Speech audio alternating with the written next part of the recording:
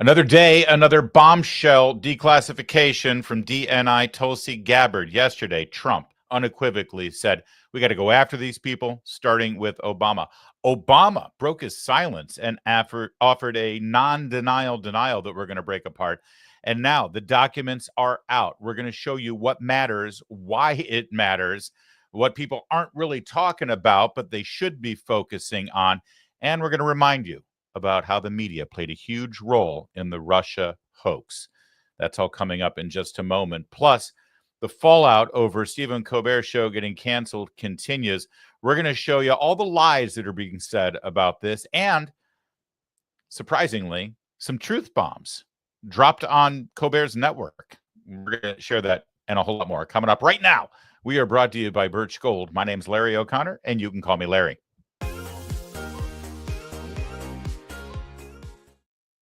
And as I forgot about part of that tease, I should have included, is it possible they had more dirt on Hillary Clinton than they ever had on Donald Trump? We're learning that too, and we're going to get to it in just a moment.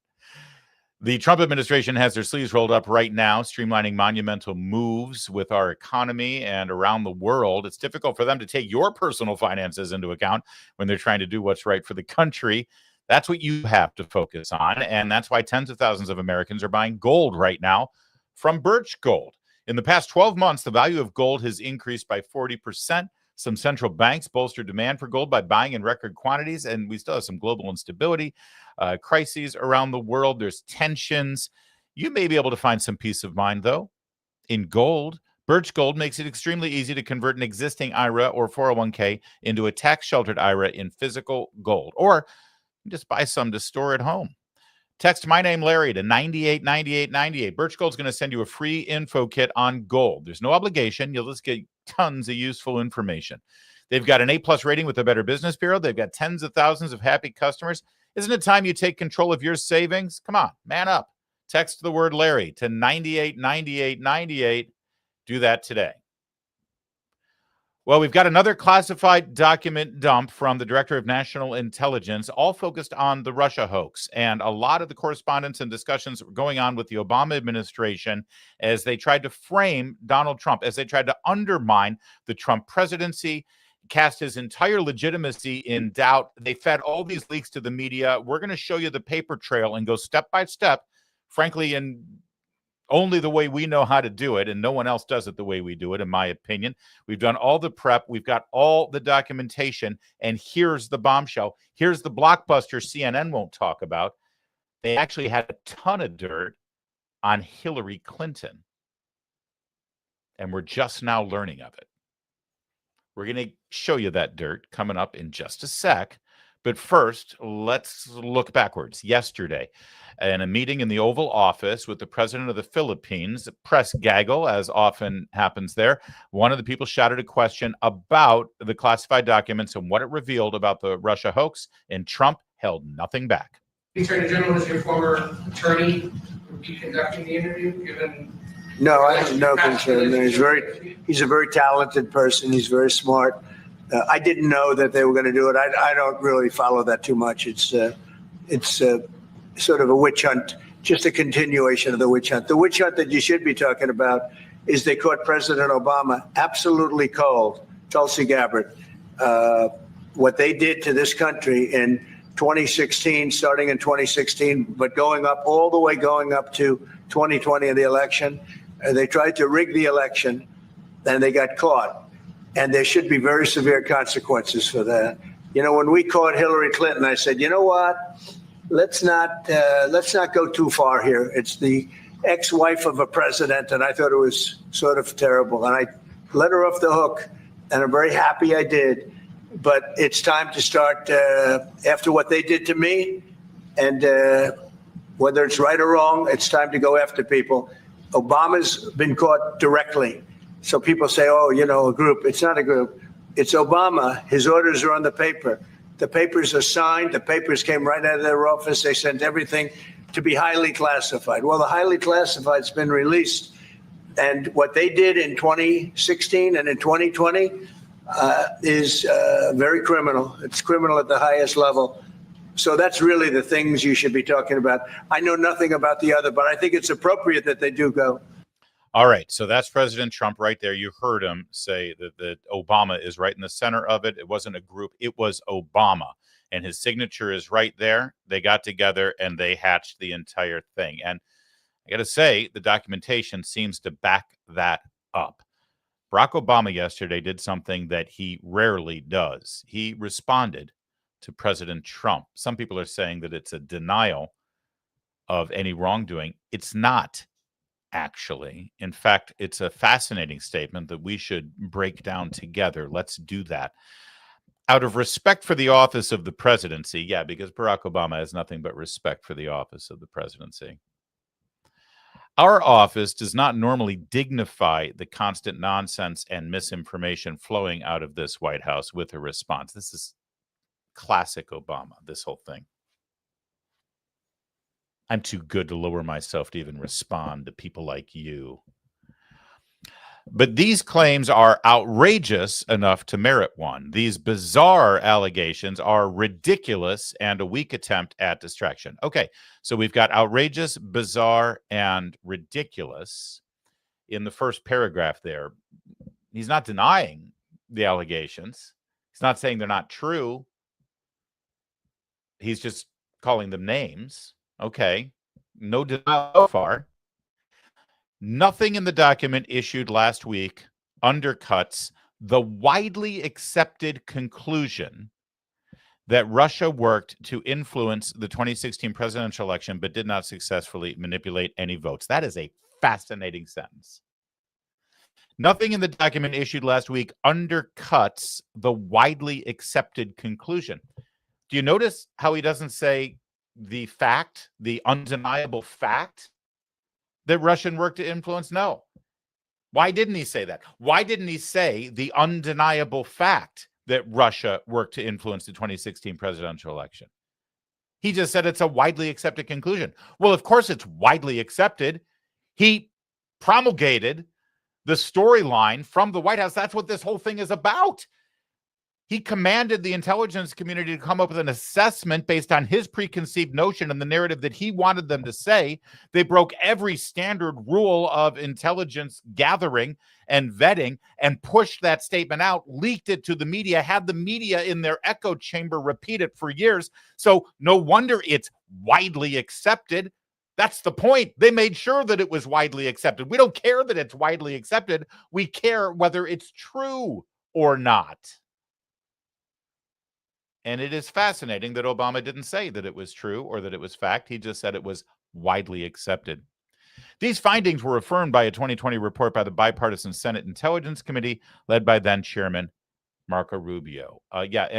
Who testified to support that Senate hearing? That would be Brennan and Comey, Christopher Wray, James Clapper, members of Team Obama. And let's not forget, a chunk of the evidence was sequestered and classified and not put forth and not focused on some of the things that we're getting right now. So, yes, I have no doubt that it's amazing to me that he's relying on a Senate committee that confirmed this information instead of, actually saying, I didn't do this, right? This isn't true. None of this happened. It's a fact that Russia tried to influence the election in favor of Donald Trump, or in fact, forgive me, not tried to, did influence the election to help Donald Trump. He didn't say that it's a fact. All he said was it's widely accepted, and these guys over here agree. That's fascinating, isn't it? And telling. Yesterday, in response, Tulsi Gabbard on Fox News. Your response to what we heard from former President Obama there. He's saying that none of this makes any sense, that this is a distraction. What do you say to that? It's the art of deflection coming from former President Obama, as well as his friends who are still in Congress today, and Senator Warner and Congressman Jim Himes. really all basically saying that exact same statement, which doesn't actually address the issue that was revealed in great detail in the over 100 documents that we released last week, and the documents that we will be releasing later this week that point to the undeniable fact that you laid out in your introduction to this segment, is that the intelligence community had one assessment, that Russia did not have the intent or capability to try to impact the outcome of the U.S. election leading up to Election Day. The same assessment was made after Donald Trump was elected by the American people as president in 2016, defeating Hillary Clinton. And it wasn't until after that pulled President's Daily Brief document that you referenced that the Principals Committee was called in the National Security Council, and President Obama then directed Obama's DNI James Clapper to lead the effort to create this new intelligence community assessment that detailed not if, but how Moscow attempted to influence the outcome of the U.S. election. So this is the thing that I think people should pay attention to, is neither the message from President Obama's office, neither the statements coming from Democrats in Congress today and their friends in the propaganda media. None of them are addressing this fact that there was a shift, a 180-degree shift from the intelligence community's assessment leading up to the election to the one that President Obama directed be produced after Donald Trump won the election, that completely contradicted those assessments that had come previously. The second thing I want to address that's very important, Laura, is that you in the clip that you played, you saw John Brennan, James Clapper, James Comey stated with high confidence this January intelligence community assessment that they drafted at the direction of President Obama. The fact is that they used already discredited information like the Steele dossier. They knew it was discredited at that time, yet they used it as a source for this document that they claim to have high confidence in.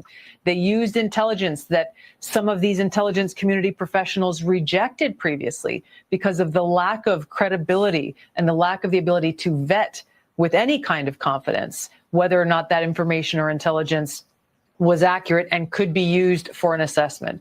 There's a long laundry list of facts and intelligence reporting that directly contradict the statement coming from President Obama's office and those who are trying to deflect away from what actually happened, which was after Donald Trump was elected, led by President Obama, there was an effort to create a document that would serve as a foundation for what would be a years-long coup against President Trump, therefore trying to subvert the will of the American people who sent him to the White House in 2016. All right. Well said from Tulsi Gabbard yesterday afternoon. And then this morning, she actually declassified documents to back up every single thing that she just said. But understand some of the items there that she reiterated over and over again, that the intelligence community did a 180-degree pivot on their assessment of whether Russia did, in fact, interfere with the election and aided Donald Trump. These are very important key points, that they did, in fact, interfere with the election and that they did do it to help Donald Trump. Remember that. Also, she talked about the presidential daily briefing that got pulled at the last minute and was not delivered to President Obama. Remember that, because there's a very important factoid that we're going to share with you coming up in a bit about why they pulled that presidential briefing that conclusively said Russia did not, in fact, have the wherewithal or the ability to affect the outcome of the presidential election. And number three, frankly, the most important thing here is that unlike what usually happens, where a president might ask his intelligence community to come up with an assessment of something and tell him what happened, instead, the president said, we know Russia successfully interfered with our election to help Donald Trump. So now I want my intelligence community, I'm ordering you to go create a document that backs up the conclusion that I have reached. That's not how it works. That's not how it ever works. And that's just the tip of the iceberg about how extraordinarily unorthodox this ICA intelligence community assessment was. So here's the first part of the document dump this morning. Take a look at this. And remember what Barack Obama said in his statement. The claims are outrageous, bizarre allegations, ridiculous, weak attempt at distraction, and then said nothing in the documentation issued last week undercuts the widely accepted conclusion that Russia worked to influence the 2016 election. Okay, well, let's take a look at this document. Most of the 15, in early December 2016, 15 new or revised CIA HUMINT reports containing information on Russian activities collected prior to the election that CIA professionals had decided not to publish for various reasons having to do with tradecraft or standards. In other words, Obama said in early December, we know Russia did this, so now go get me intel to back it up. So the CIA goes and they find 15 revised reports that hadn't met their standards to be included in an intelligence review. They discarded them, but now because Obama wanted backup to support the conclusion that he really wanted, they included these 15 reports. Most of the 15 were unremarkable, but 3 contained flawed information. And these 3 became foundational sources for the ICA, that's the Intelligence Community Assessment, cited to claim Putin's aspired to help Trump win. In other words, of those 15, 3 of them were flawed, and they became the foundation of the conclusion. Senior CIA officers said some of the information in these reports had been judged to have not met various longstanding IC standards for publication. That's why they had not been published when first acquired. 2 sensitive reports were not published on DCI, that's Director of CIA's orders. The 3 reports were published after the election on DCIA orders, that's John Brennan, despite veteran CIA officer judgments that they contained substandard information that was unclear, of certain origin, potentially biased, implausible, or in the words of senior operations officers, odd. But those become the foundation for their conclusion. Acting on President Obama's orders, John Brennan, Director of CIA, directed a full review and publication of raw human intelligence information that had been collected before the election. CIA officers said that some of this information had been held on the orders of the Director of CIA, while other reporting had been judged by experienced CIA officers to have not met longstanding publication standards. Some of the latter was unclear or from unknown subsources, but would nonetheless be published after the election over the objections of veteran officers on orders of the Director of CIA and cited in the ICA to support claims that Putin aspired to help Trump win. A lot of people are rewriting history right now. They're saying everybody knows that Russia interfered with the election. Everybody knows that Russia influenced the election. They bought ads on Facebook, after all. That's not the point. That's a distraction. Don't pay attention to that. Okay, the Intelligence Community Assessment, which is what started all of this, and immediately got leaked while they were still working on it, like within days of Obama saying, hey, give me this report. They started leaking to the media. We'll show you in a second. It reached very important conclusions that were designed to undermine Trump's presidency and to instill in the American people, and certainly the viewers of CNN and MSNBC and the broadcast networks, as well as readers of every major publication in this country, it meant to instill in them a lack of confidence that their president was actually fairly elected, that for some reason he was an illegitimate president. How many times did you hear that from people? He's an illegitimate president. He's not the legitimate president. He didn't win fair and square. He worked with the Russians, right? That's the key here. The key here is that they wanted the Intelligence Community Assessment not to say that Russia bought Facebook ads, not that Russia tried to influence the election, because we all know that Russia's always trying to influence our election. And guess what? We try to influence elections overseas too. That's not the big news here. The news was specifically that Putin and Russia had influenced the election, and they did it because specifically they wanted Trump to win. Those are the key elements here. Not that Russia bought Facebook ads and they tried to influence us. Russia's always trying to influence us. There's nothing new there. That they succeeded and they did it because they wanted Trump. Those are the keys. Because that would render him illegitimate. That would render him a puppet of Russia. That would render him not your fair and square, duly elected president. That's what they tried to get out there, and they succeeded. And it was all based on a fraud. All right, here's some graphics that Gabbard's office put out. It's an expanded version of what we talked about on Monday. And by the way, if you missed Monday's show, please check out that segment. All right, we had a real intelligence assessment. And that intelligence assessment concluded that Russia lacked the intent and capability to hack the U.S. elections. Putin had no preference for either of the candidates.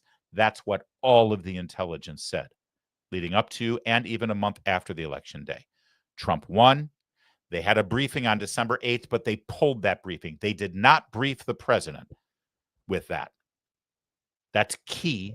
I'm going to explain why coming up in a bit, but just remember that the fact that they pulled that briefing is critically important on December 8th. Then they have a meeting on the 9th. And in that meeting, Obama ordered the intelligence community to make a new assessment and claim that the election was hacked.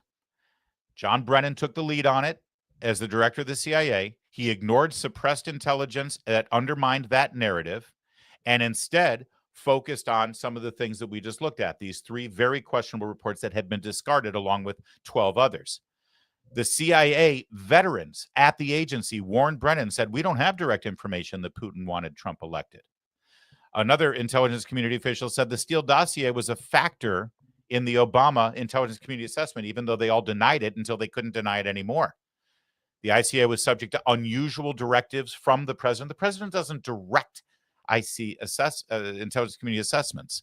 The ICA officials disregarded behavior that undermined the idea that Putin wanted to help Trump. Then suddenly, see the deep state leaks? Within days of Obama's order to come up with this ICA, suddenly the New York Times, the Washington Post, and the NBC News have leaks from the CIA or from other members of the intelligence community saying Russian hackers acted to aid Trump in election. U.S. officials, Putin personally involved in U.S. election hack. These anonymous leaks. I always tell you that there's a big story about anonymous. Whenever a story has an anonymous leak, there's another story that these people, the Post, the News, the Times, that aren't telling you. And that is who leaked this and why. And now we know. We certainly know the why. The who is probably James Clapper or John Brennan or James Comey or all of them. Then that assessment was weaponized.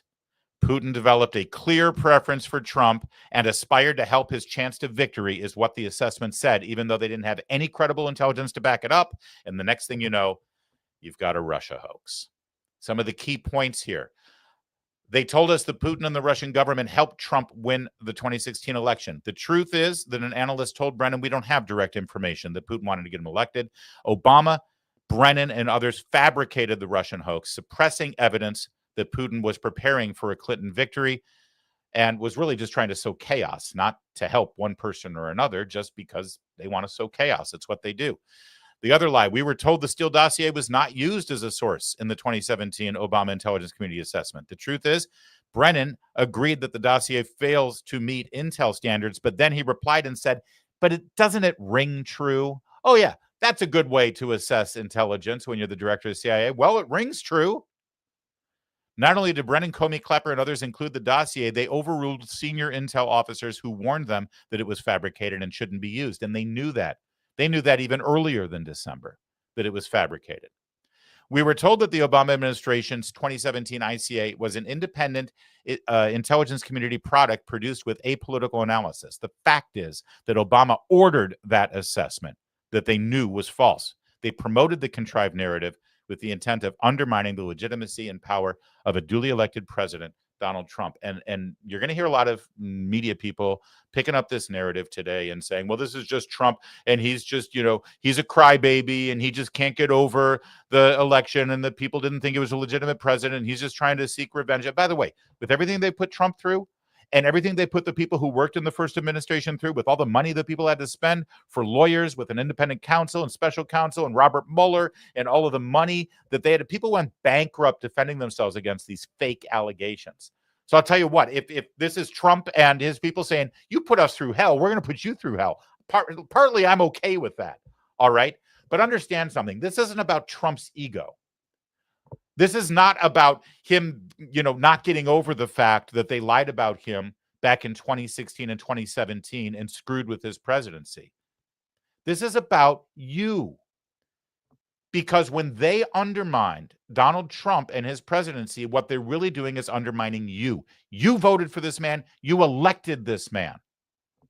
This was not a war against Donald Trump. This was a war against the American voter and the election results of 2016. All right. Fox News' write-up, very important. According to the report, the ICA was a high-profile product ordered by the president, directed by senior IC agency heads, and created by just 5 CIA analysts using one principal drafter. Again, unprecedented in how a major intelligence community assessment is done. Also, they turned it around in like 3 weeks. Why? Because they already knew the conclusion they were going to reach. They just needed to create backup for it, right? Production of the ICA was subject to unusual directives from the president and senior political appointees, and particularly the director of the CIA. Quote, the report states, the draft was not properly coordinated within CIA or the IC, ensuring it would be published without significant challenges to its conclusions. In other words, a lot of times when the intelligence community comes up with an assessment, they offer contrary opinions. You know, not everybody agrees with this, so let's come up with somebody else who might agree with it or have a different opinion. Nope, none of that happened. Everything was extraordinarily off the book on this. All right, what else did we learn in here? This one is key. One scant, unclear, and unverifiable fragment of a sentence from one of the substandard reports constitutes the only classified information cited to suggest Putin aspired to help Trump win. And I just reminded you to keep your eye on the ball here, and that it's not about, Russia buying Facebook ads. It's not about them trying to influence. No. They concluded that they succeeded in interfering with the election, and they did it because Putin wanted Trump. Those are the two key elements here. And look at how they reached the conclusion that Putin wanted Trump. With all these volumes of human intelligence and signal intelligence and emails or whatever they were looking at, one scant, unclear, unverifiable fragment of a sentence from one of the substandard reports that had been excluded constitutes the only classified information cited to suggest Putin aspired to help Trump win. Meanwhile, the intelligence community assessment ignored or selectively quoted reliable intelligence reports that challenged and in some cases undermined judgments that Putin sought to elect Trump. And that became the narrative. He was Putin's puppet. He was only there because Putin wanted him there. You remember. Here's the bad thing for John Brennan today. Our friend Greg Price uncovered this. In 2023, John Brennan testified to Congress.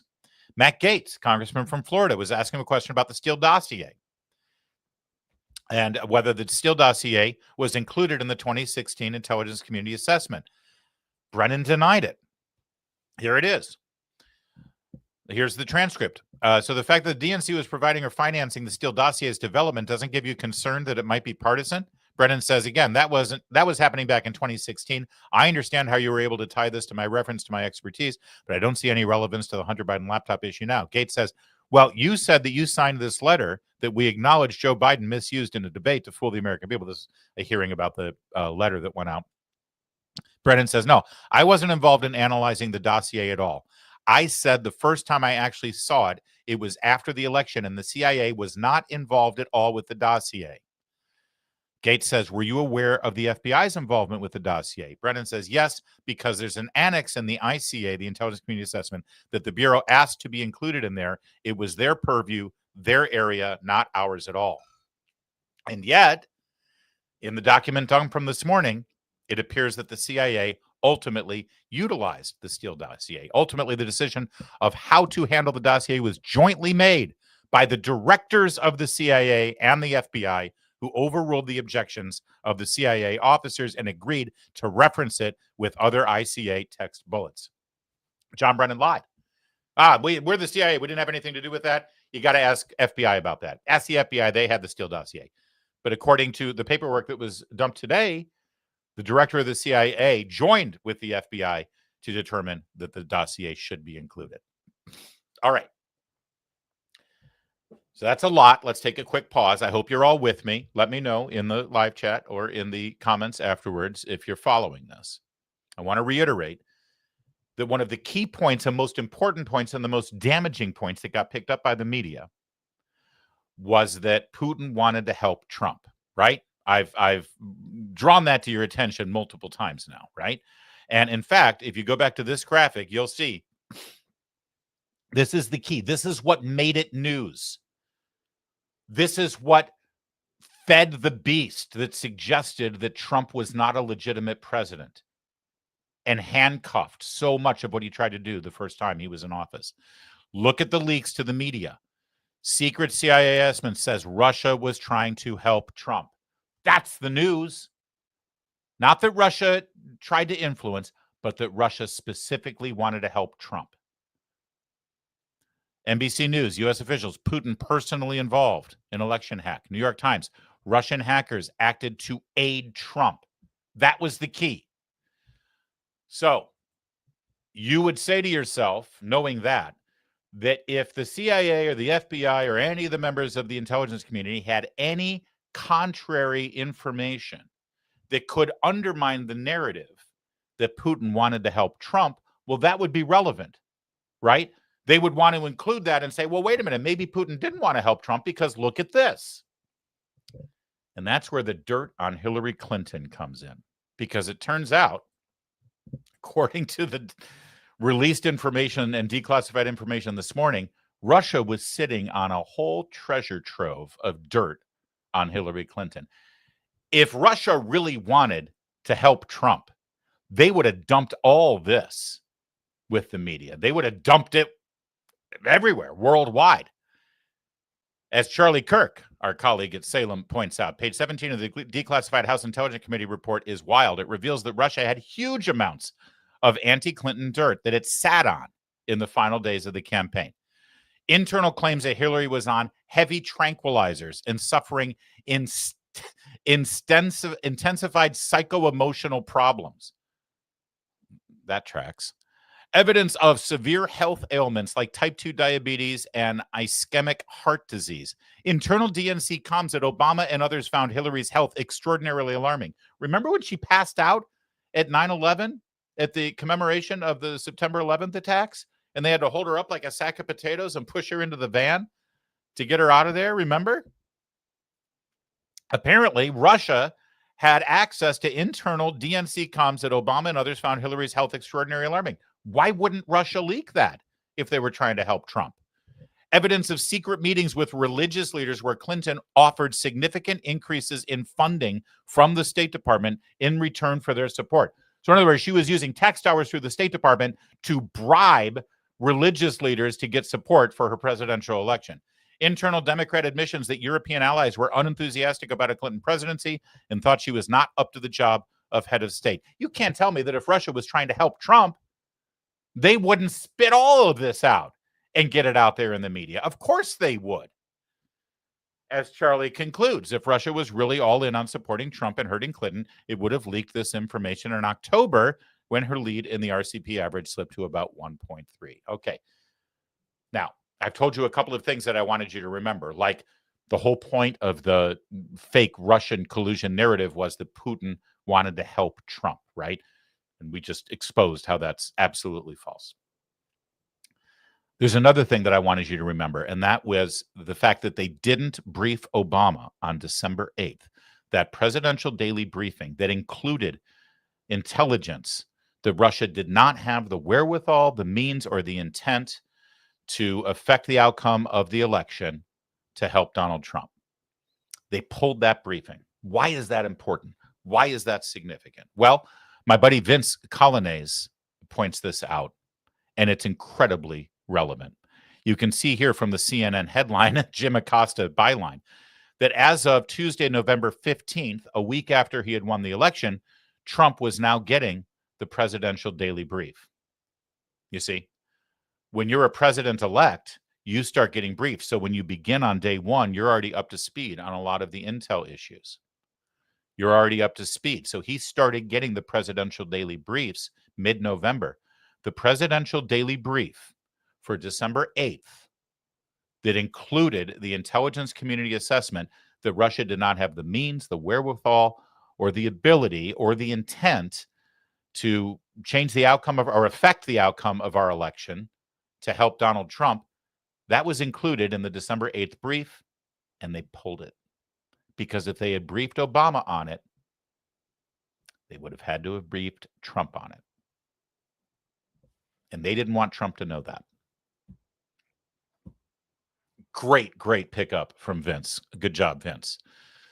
All right. So now it's a good time, knowing all of that, to walk down memory lane a little bit and see how the media handled this and see what all of these key players did at the time. All the key players that fabricated this, that knew better. Let's start here. Knew about this attempt to get and preserve information, and full transparency, we're doing some work yourself. Tell us about that. Well, I was urging my former colleagues and frankly speaking, the people on the Hill. It was more actually aimed at telling the Hill people, get as much information as you can, get as much intelligence as you can before President Obama leaves the administration, because I had a fear that somehow that information would disappear with the senior people who left. So it would be hidden away in the bureaucracy, that the Trump folks, if they found out how we knew what we knew about the Trump staff's dealing with Russians, that they would try to compromise those sources and methods, meaning we would no longer have access to that intelligence. So I became very worried because not enough was coming out into the open, and I knew that there was more. We have very good intelligence on Russia. So then I had talked to some of my former colleagues, and I knew that they were trying to also help get information to the Hill.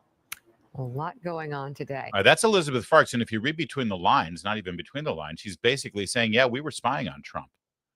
We were on top of that campaign, and we knew whatever connections they had with Russia, and we wanted to get as much stuff out.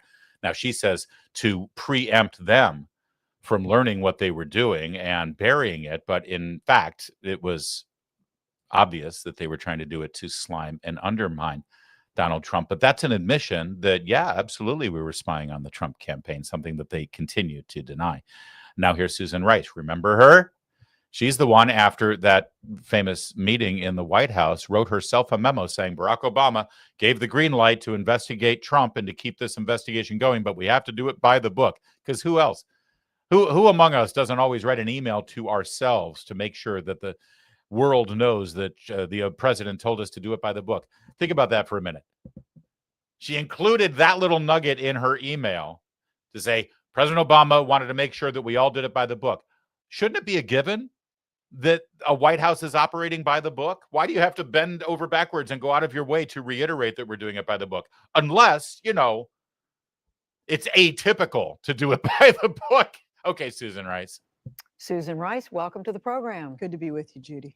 So we invited you on to talk about several things, but in the last few hours, we've been following a disclosure by the chairman of the House Intelligence Committee, Devin Nunes, that in essence, during the final days of the Obama administration, during the transition after President Trump had been elected, that he and the people around him may have been caught up in surveillance of foreign individuals and that their identities may have been disclosed. Do you know anything about this? I know nothing about this. I was surprised to see reports from Chairman Nunes on that count today. I mean, let's back up and recall where we have been. The President of the United States accused his predecessor, President Obama, of wiretapping Trump Tower during the campaign. Nothing of the sort occurred, and we've heard that confirmed by the director of the FBI, who also pointed out that no president, no White House can order the surveillance of another American citizen. That can only come from the Justice Department with the approval of a FISA court. Now, that's very clever here. All she's saying is that Obama didn't order wiretapping of the Trump Tower. What she's not denying is that the wiretapping occurred. And of course, later we did learn that there was a FISA court jurisdiction and directive to spy on the Trump campaign. We know that now. At the time, she knew that too. And when she started by saying, I know nothing about this, I've never heard of it. Of course she did. She was in the meetings where all of this was discussed. And you can split hairs about whether Obama ordered the FISA warrant on the Trump campaign, but it happened on his watch when he was president of the United States. He had full awareness of it, and he never said, wait a second, what are we doing? We can't spy on his campaign. No. He knew exactly what the FBI was doing. He knew exactly what his DOJ was doing, and then he worked after the election to create the fictitious intelligence community assessment. How about James Comey? Nobody lies like he does. The former FBI director describing in stunning and sometimes in graphic detail the conversations he says he had with the president, the private dinner, and the unverified dossier that Comey says the president was fixated on. In particular, the most salacious allegation contained in that dossier. Tonight, what we never heard from James Comey before, one-on-one with George Stephanopoulos. As you headed into Trump Tower that day, were you nervous? Yes. FBI Director James Comey was with a group of intelligence agency heads briefing the president-elect and his top aides on how the Russians interfered in our election. President-elect Trump's first question was to confirm that it had no impact on the election. The intelligence community does intelligence. The White House does PR and spin. You also said you were struck by what they didn't ask. Very much. No one, to my recollection, asked, so what's coming next from the Russians? How might we stop it? What's the future look like? It was all, what can we say about what they did and how it affects the election that we just had? Comey says he then asked to meet alone with Trump to warn him about that now infamous Steele dossier, unverified information on Trump's ties to Russia, including allegations of Trump's encounters with prostitutes in Moscow. I'm about to meet with a person who doesn't know me. He's just been elected president of the United States by all accounts. And from my watching him during the campaign, could be volatile. And I'm about to talk to him about allegations that he was involved with prostitutes in Moscow and that the Russians taped it and have leverage over him. Did you tell him that the Steele dossier had been financed by his political opponents? No. I don't even think I used the term Steele dossier. I just talked about additional material. But did he have a right to know that? That had been financed by his political opponents? I don't know the answer to that. It wasn't necessary for my goal, which was to alert him that we had this information. How graphic did you get?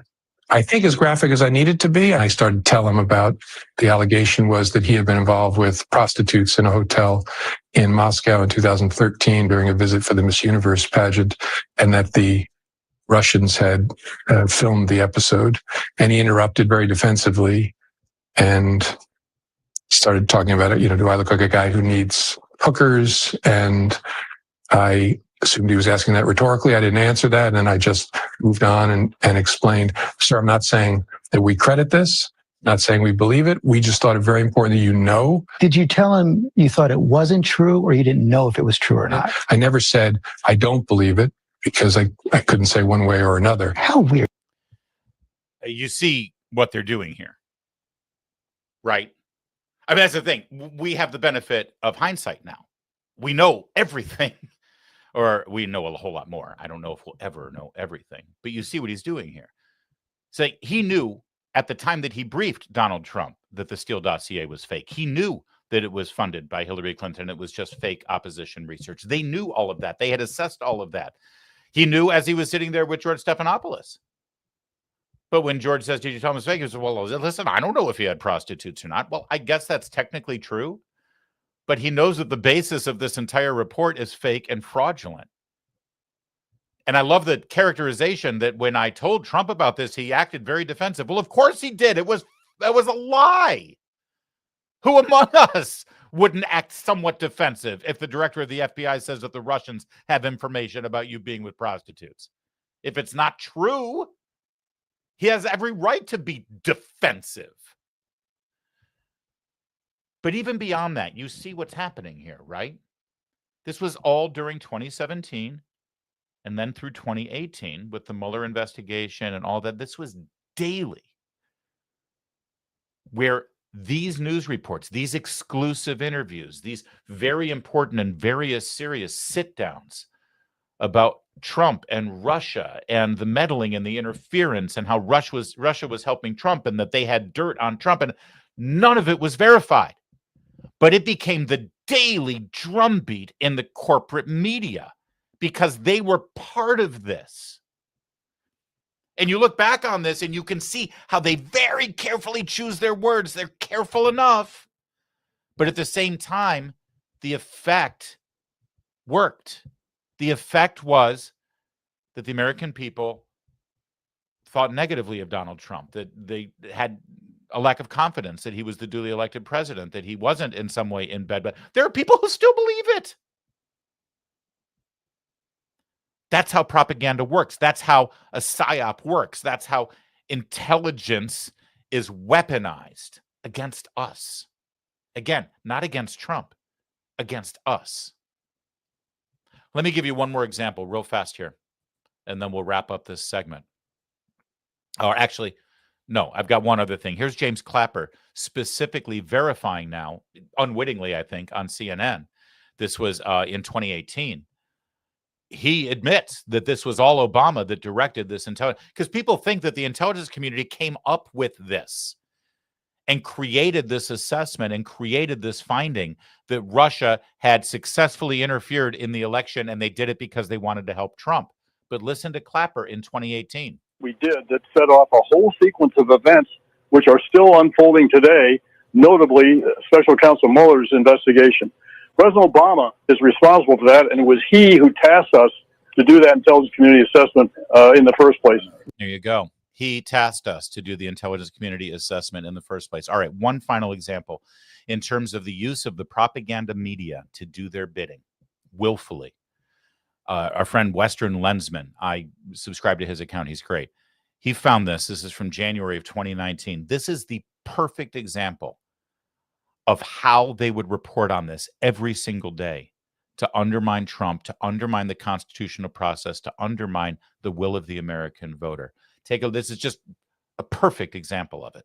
Today, the president of the United States denied that he's a Russian agent. And by the way, how extraordinary is this that the question even had to be asked in the first place? This is where we are. I never worked for Russia, and you know that answer better than anybody. I never worked for Russia. Not only did I never work for Russia, I think it's a disgrace that you even asked that question, because it's a whole big fat hoax. It's just a hoax. All right, so there's more on this report, but do you notice, do you see the structure of this? They all know what they're doing. The producers, the anchor, the writers that work at CNN.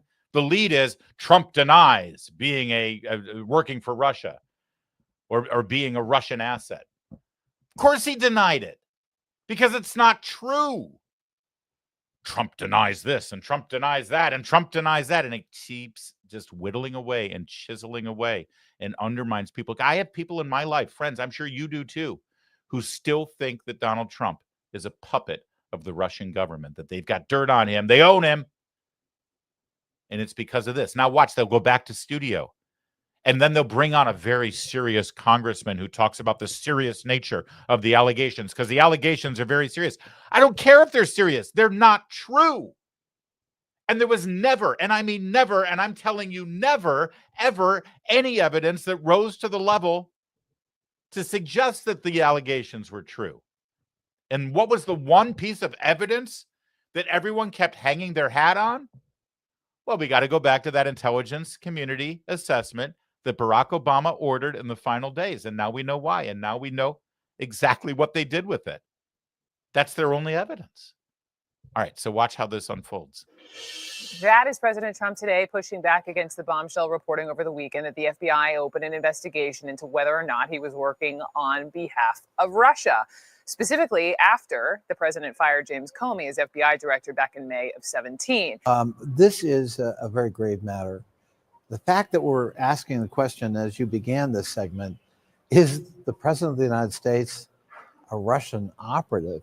It's extraordinary. Is itself extraordinary? And this is this really getting to the truth, frankly, is more important than precedent or executive privilege. You heard the president in front of the White House this morning saying that he has not worked for Russia.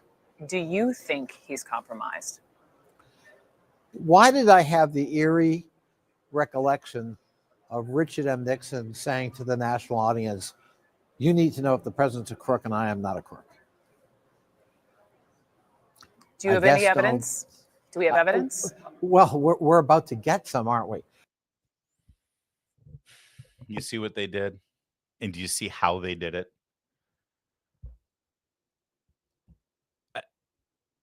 It renders one speechless when you actually look back and you say, I wonder if anyone who worked on that segment, I wonder if the teleprompter reader there with the lovely haircut actually looks back and she's embarrassed. She's ashamed of how they conducted themselves. That's Jerry Connolly, by the way, he's passed away now.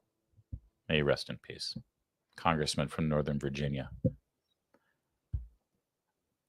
absolutely atrocious. And you're going to hear narratives. First, you're going to hear people on cable news tonight on CNN, MSNBC, the broadcast news are going to say, I don't understand what Trump and Tulsi Gabbard are even doing here. It's so convoluted. It's such a conspiracy theory. What are they even talking about? They know exactly what they're talking about. They know exactly what this is because they were part of it. They're still part of it. They're still trying to gaslight you. It's why they continue to be irrelevant. It's why you continue to not believe them. It's why you find alternative avenues for your news and information and analysis. And thank God we have each other through all of this, because things will never be the same and we can never trust them again, honestly. But the only thing that will render us faithful again to our government and to our intelligence communities and our Justice Department is full disclosure and full transparency. And it looks as though DNI Gabbard is actually going about that. I wish that they put together a bigger narrative. I wish that they could help communicate this better and more concisely. But the bottom line is the information's getting out and we are taking it and we are analyzing it and determining exactly what happened here. And you're going to stick with us as we learn more and more and more, because it's the only way, ultimately, we can keep our constitutional republic. By the way, if you like stories about how the government and the media lies, you'll love my book, Shameless Liars, how Trump defeated the legacy media and made them irrelevant. And by the way, I also wrote a novel about the deep state. It's called Doge Squad, The Corruption Protocol. It's about a team of amazing, brilliant hackers that get hired by the government to find waste, fraud, and abuse, and they end up uncovering, well, garbage like we just talked about. Buy both my books at Amazon. They're available hardcover, paperback, audiobook. Thanks. Well, the dust has settled a bit from CBS firing Stephen Colbert and ending The Late Show on CBS. But we keep hearing the same drumbeat, the same news, the same narrative from people in the media about what was really behind the firing. I mean, we already know that they were losing like $40 million a year. It wasn't profitable. They had a staff of 200. It was unsustainable. Despite being number one in the ratings compared to NBC and ABC, they're well behind Greg Gutfeld on Fox News. And the numbers just aren't there to sustain a proper, profitable show. So he got canceled. It happens all the time. But if you ask left-wing media personalities, no, this is all Trump's doing. Just look at Sunny Hostin yesterday on The View. But my concern is if it is political, then everyone should be concerned. People on the right should be concerned. People on the left should be concerned, because it's very clear that if it is political, this is the dismantling of our democracy. This is the dismantling of our Constitution, right? And so the First Amendment is the First Amendment for a reason, and that is freedom of the press, freedom of speech, freedom to speak truth to power. If that is taken away, if the comedians are being attacked, then that means our Constitution is being dismantled. Right. That means the very rubric of our democracy is being dismantled. Our Constitution and the very rubric of our democracy is being dismantled because Stephen Colbert's $15 million a year contract has been canceled and his show has been canceled, but not until May. He's still on the air every night until May, but it's the very rubric of our democracy. And meanwhile, you can see basically a carbon copy of his show on NBC and on ABC and on Saturday Night Live and, well, pretty much across the board. But Stephen Colbert not being able to suck up to Democrats nightly on his sofa and not scream profanities at Donald Trump in his monologue, well, that destroys our Constitution. So says Sunny Hostin. And by the way, nothing's stopping Stephen Colbert from, if he's such a vital voice in America, I'm sure that CBS's competitors, I'm sure Netflix and Amazon Prime will pick him up and give him his own primetime streaming show. And that'll be brilliant, right? I'm sure they'll do that, unless they're in on it too.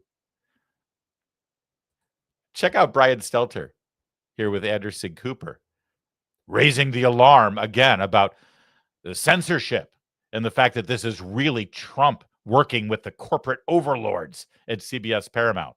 I mean, Brian, CBS is saying this is a financial decision. It is certainly, the timing of this is kind of stunning. Right, from the optics standpoint, the timing could not be worse for CBS. Colbert is such an outspoken Trump critic. He's just back from vacation, and as he showed there on Monday, on his first night back from vacation, he's also a thorn in his parent company's side. So this looks to a lot of Colbert's fans like another form of capitulation by CBS to the president of the United States. If you look at Colbert's Instagram page already, his fans are pouring their hearts out and blaming CBS for this. Here's the reporting that I have just in the past few minutes, Anderson, about this financial explanation. Think back to 2023 when the Late Late Show with James Corden went off the air. I reported at the time that that show had become unprofitable, that CBS was not able to sell enough ads to make that show profitable. Well, that is now the case for Colbert as well. I'm told by a source close to the network that the Late Show with Stephen Colbert is now technically unprofitable. So that does give the company a financial reason to end the show starting in May 2026. However, it's not as if Colbert was given a chance to take a pay cut or maybe change the format of the show or move out of the Ed Sullivan Theater. This seems to have happened all at once, and it comes on the verge of that big Paramount Skydance merger. Who's taking over Skydance? Larry Ellison, a friend of President Trump, and his son, David. So there may be a lot more to this story. It's just happened in the past hour, but there's a lot more reporting to do on this. All right. So that isn't journalism. That's not reporting. You know how they always love to say Trump said without evidence. Okay, so Brian Stelter just said without evidence that in some way Trump working with the corporate overlords are actually behind silencing Stephen Colbert and ending the Late Show. I mean, what was that exactly other than just wild speculation? But this is what they do at CNN now. By the way, a couple of things there. He talked about how the timing here couldn't be worse. The timing is obvious. Look at the timing. Well, actually, we've learned something about the timing.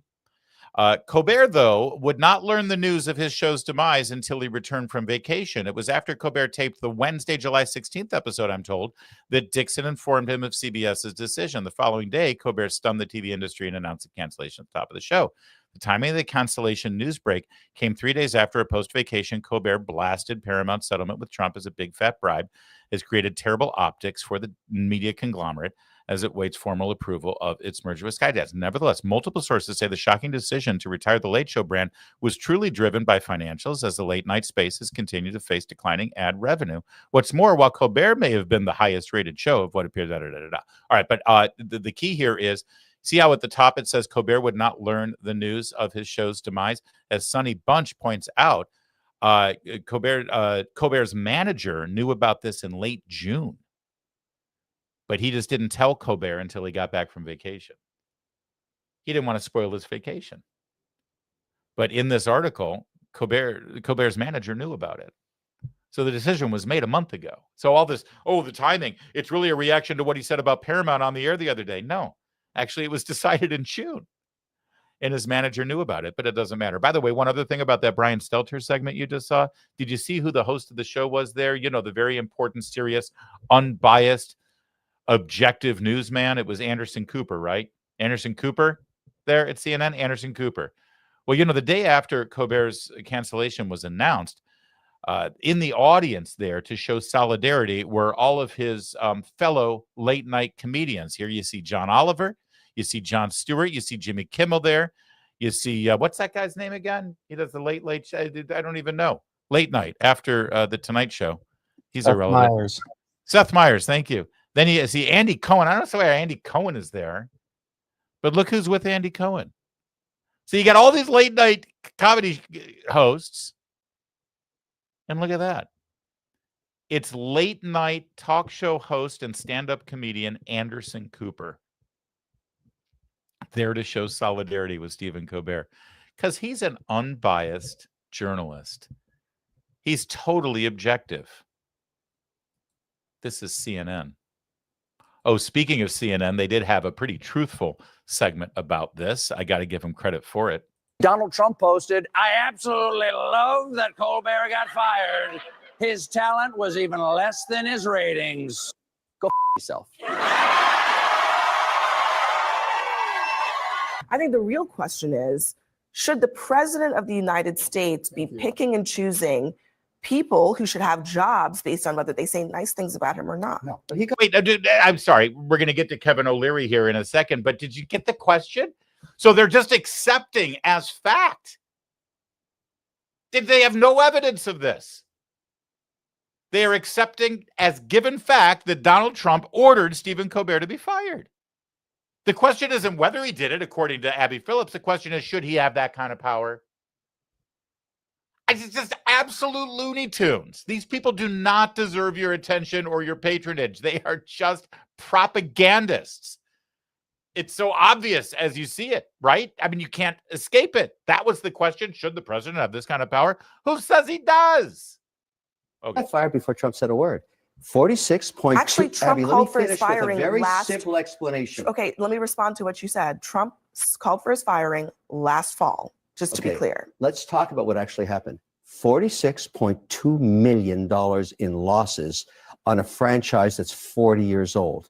It's old, it's dead, and unfortunately for all of the category, people are geometrically not watching late night TV anymore.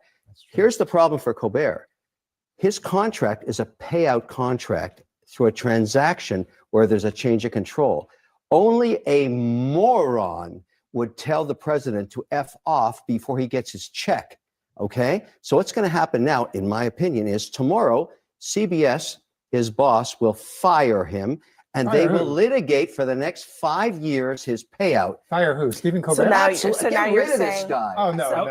So now you're saying they're real. All right, so that didn't happen, of course, but it's funny that everyone's like, well, you know, this is really bad, and they obviously Paramount canceled his show because he openly criticized Paramount on the air and Trump. And I think a couple of things. First of all, again, the timing doesn't work out that way because he was fired in June before he openly criticized Paramount CBS, number one. In fact, I think Colbert knew about it, and that's why he criticized Paramount and CBS so that he could hang his hat on this. Oh, he's the martyr. He's the victim, right? But number two, let's just play this out for a second. Let's say he's got this late night show, and they're paying him $15-16 million a year, and they're spending all this money, and they're losing this money, and the show's not funny, and he's divided his audience, and he's a lightning rod of controversy. And then he goes on the air, and he starts trashing his boss. What am I missing here? Of course he should be fired. Let me tell you something. We have a very successful show. We have very happy advertisers. Our audience is growing. But I'm not stupid enough to criticize my boss. I work in crime. You know, I'm just like Stephen Colbert, except for the $16 million. I do a 1-hour show, usually longer, and I don't have a team of writers. By any stretch of the imagination. Hey, Kevin, you don't write necessarily. You help assemble. Or you write the headlines. And you make those crazy AI-generated thumbnails. But other than that, it's just us. It's just the two of us, right? And we're making money for our company. But we work for a corporation, just like Stephen Colbert does. He works for Paramount CBS. Oh, I work for Salem Media. Through Town Hall Media. Town Hall Media is wholly owned by Salem Media. If I every day started coming on here and I even one day started trashing Salem Media, they have every right to fire me. They should fire me, for God's sake. What am I missing? Why is Stephen Colbert suddenly this protected sacred cow who can go out there and do whatever he wants? It's insane. One other thing that I keep hearing, by the way, is that Stephen Colbert spoke truth to power. There's a chill wind blowing in America today as people's First Amendment rights are being undermined because Stephen Colbert's show was canceled and he spoke truth to power. Stephen Colbert has had every single powerful elected Democrat on his show over the course of the last several years, including Joe Biden himself and Kamala Harris. Can someone show me the clip where he speaks truth to those very powerful people? Unless you interpret truth as just bending over and kissing their ass. Didn't speak truth to power. He was a propagandist. Meanwhile, later on CNN. Do you think that they're canceling the show because this is what President Trump wanted to let this merger go through? No. I mean, it's pretty. Look at the reporting on this. On and off the record. Executives all over are saying, we had to do it for financial reasons. This is a massive show with a massive staff. It's losing a massive amount of money. This is the nature of the TV business right now. You just are not economically viable if you're supposed to be doing a comedy show that's not funny, that's losing $50 million a year. I mean, only liberals, extreme liberals, would think that we have to keep subsidizing partisan rants every night that are economically not viable just because. Why? It makes absolutely no financial sense. He works for a for-profit company. Don't you have to turn a profit at some juncture? And he's not doing it. And, you know, there's a lot of people in this general business right now who think that I exist to go after Donald Trump at all costs, but no one stops to think, do I exist to make money or not? Maybe these things aren't compatible when you cut out half the country from your possible audience. Amen. Thank you, Newsbusters, for the clip. Scott Jennings, of course, as is typical, making sense, one of the sole voices there on CNN. And then, shockingly, we got some more sense, some more frank talk, some more logic from an unlikely place, from CBS News itself, their morning show, where this discussion occurred as well.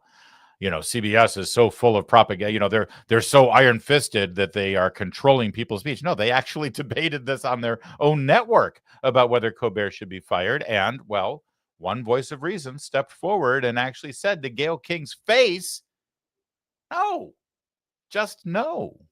That's why people are reacting the way that they are. No, I understand the emotional feelings, but I don't have an MBA, but he's not right that the merger, the $8 billion is based on reruns of a comedy show. No, people are buying the movies and the sitcoms and the sports.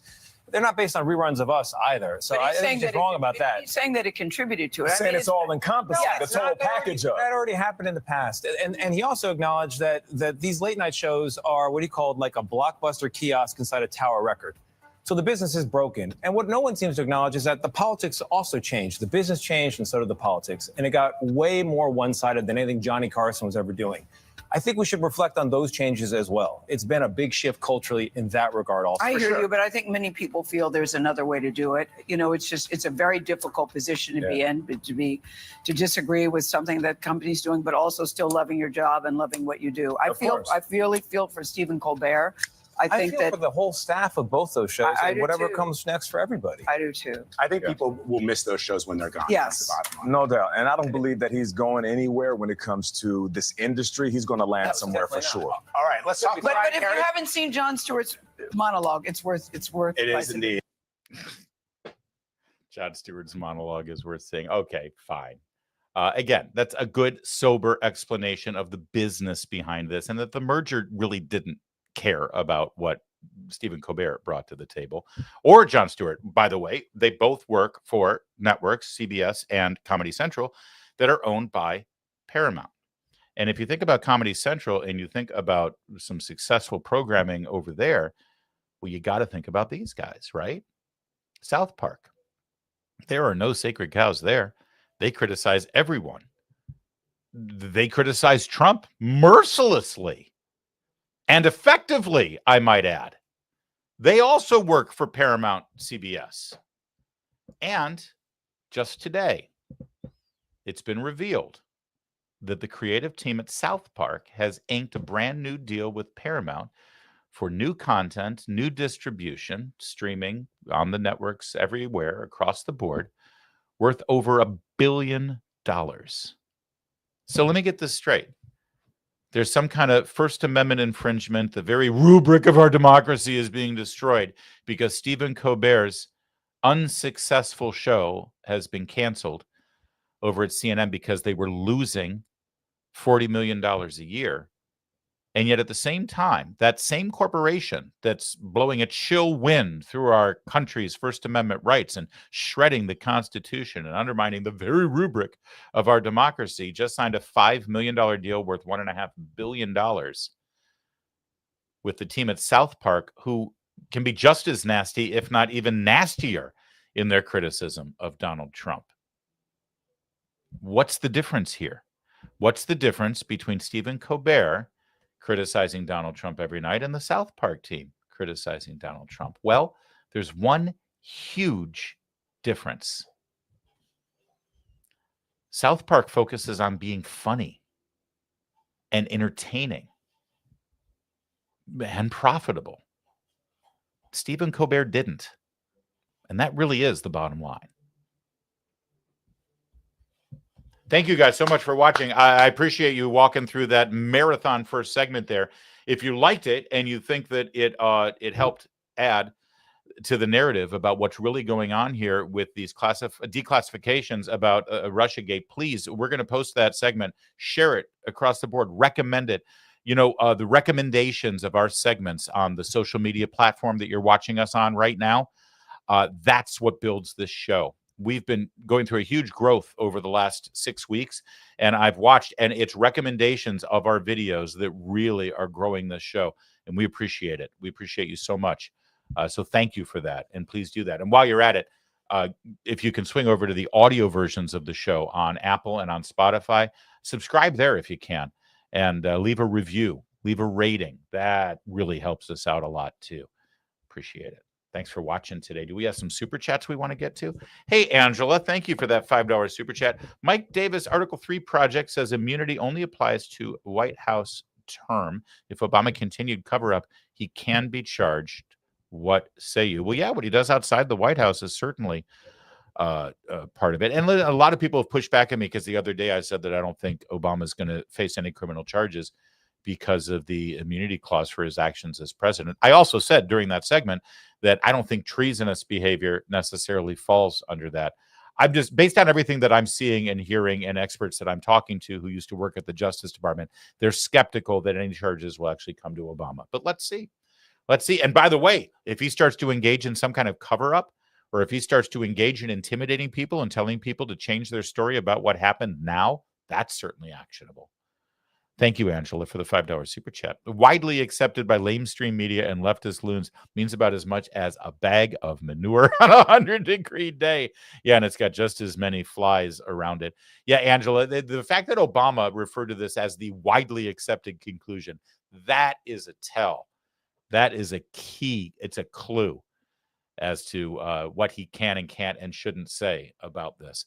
$2 super chat. Wouldn't Putin benefit more from Clinton in the White House? I think so. It was this huge narrative that Trump was going to help Putin and Clinton would be so hard on him. Please, Hillary made millions off of her relationship with Russia back when, you know, Russia was the good guy. Remember?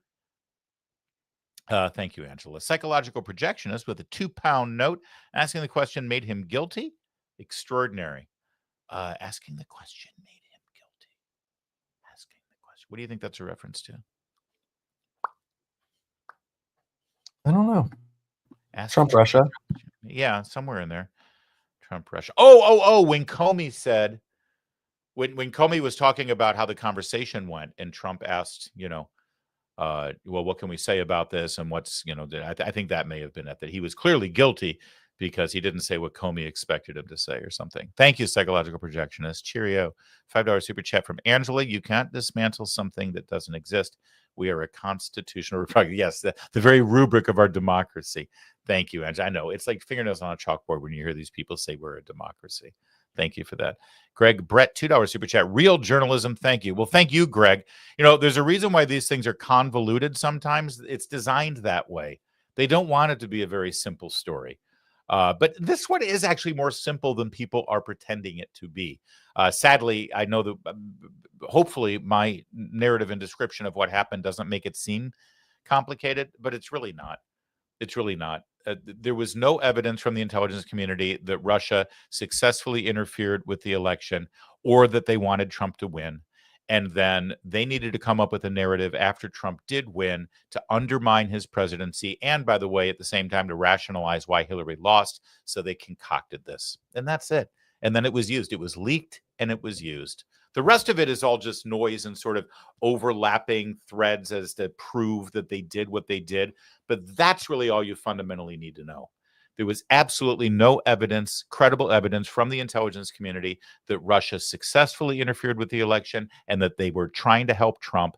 And yet, a month after the election, Obama ordered the intelligence community to reach that exact conclusion and find whatever they could, no matter how shaky the intel was, to back it up. The rest of it is just noise. You know, the Steele dossier, the fact that they knew that it was wrong, that it was fake, the fact that they used it for a FISA warrant, the fact that they used those FISA warrants to spy on Trump and people around Trump. That's all bad. That's all terrible. It starts to get people sort of clouded. It starts to make people confused about it. So Listen, you can go down those paths if you want because it's all more criminal behavior. But the bottom line is they lied and they leaked those lies to the media, and the media ran with it. And we endured years of fake news about Russia and Trump. And it was outrageous. Thanks, Craig. Appreciate it. Is that it? Yes, sir. How you doing, Kevin? You all right? I'm doing great. Great show today. Are you angry that I outed you for making our AI thumbnails? I think everybody knows that you do it, right? No. I just want to make sure that nobody thinks I do those. I like the AI thumbnails. Don't get me wrong. Sometimes I look a little weird in them. You can make them if you want. Oh, no. Oh, look. Oh, look. Don't be passive aggressive with me. And you do like the thumbnail of me going like this. That's your favorite one. Yeah. I feel like I look like a blow-up doll in that one. I don't like it. Should I shave tomorrow? I'm sure my mom would appreciate that.